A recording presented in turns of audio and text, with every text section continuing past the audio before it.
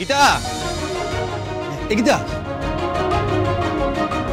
স্টেপনিদা, লেখাটা ওই টেস্টের কথা কি বললো? হ্যাঁ হ্যাঁ, আমরা গিয়েছিলাম, ওখানে সব টেস্ট হয়। ডাক্তার কি যেন বলছিল, এমআরআই, ইসিজি, আরো অনেক কিছু টেস্ট করতে হবে। আমরা ডাক্তারের সব কাগজপত্র দেখিয়েছি। কি বললো? বললো সব পরীক্ষা করতে প্রায় 25,000 টাকা লাগবে। এতগুলো টাকা কোথায় পাবো? স্টেপনিদা, চল।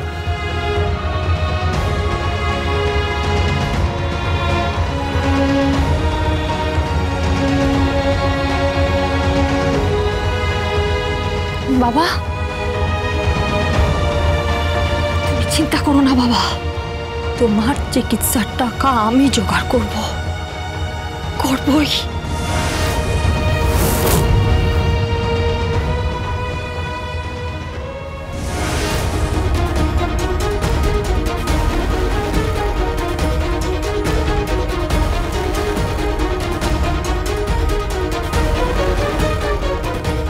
আমি জানতাম শেষমেশ তুই গয়নাগুলোর দিকেই হাত বাড়াবি।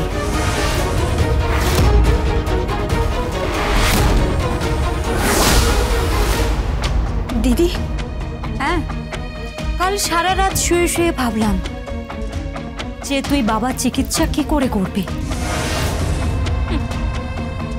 মুখার্জি বাড়ির গয়না বিক্রি করে তুই গণেশ গাঙ্গুলির চিকিৎসা করাবি। তো লজ্জা করে না রে?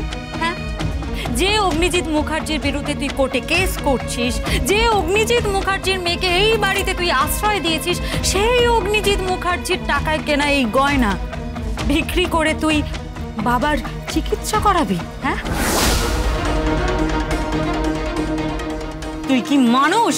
হ্যাঁ, তোর গায়ে চামড়া বলে কিছু নেই? দিদি ঠিক করে কথা বল। এই, একদম চিৎকার করবি না, বুঝতে পেরেছিস? একদম চিৎকার করবি না।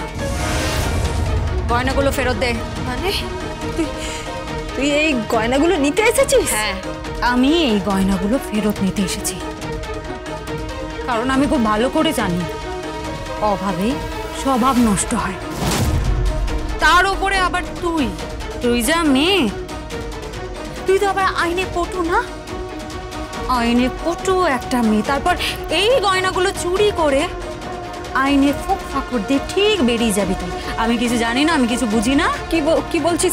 আমি গয়না চুরি করব? আমার শ্বশুর বাড়ির। কিসের শ্বশুর বাড়ি? হ্যাঁ, কিসের শ্বশুর বাড়ি? শ্বশুর বাড়ির সাথে তোর কোনো সম্পর্ক নেই গীতা। বিনিদ্র রজনী যাপন করছেন ওই বৃদ্ধ ভদ্রলোক অগ্নিজিৎ মুখার্জি, আর তুই ওনার পরিবারের গয়নাগুলো বিক্রি করে বাবার চিকিৎসা করাবি তুই।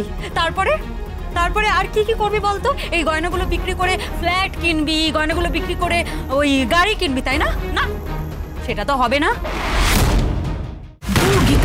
গীতা LLB সোম থেকে রবি সন্ধ্যে 6:30টায় স্টার জলসায় ও ডিজনি প্লাস হটস্টারে।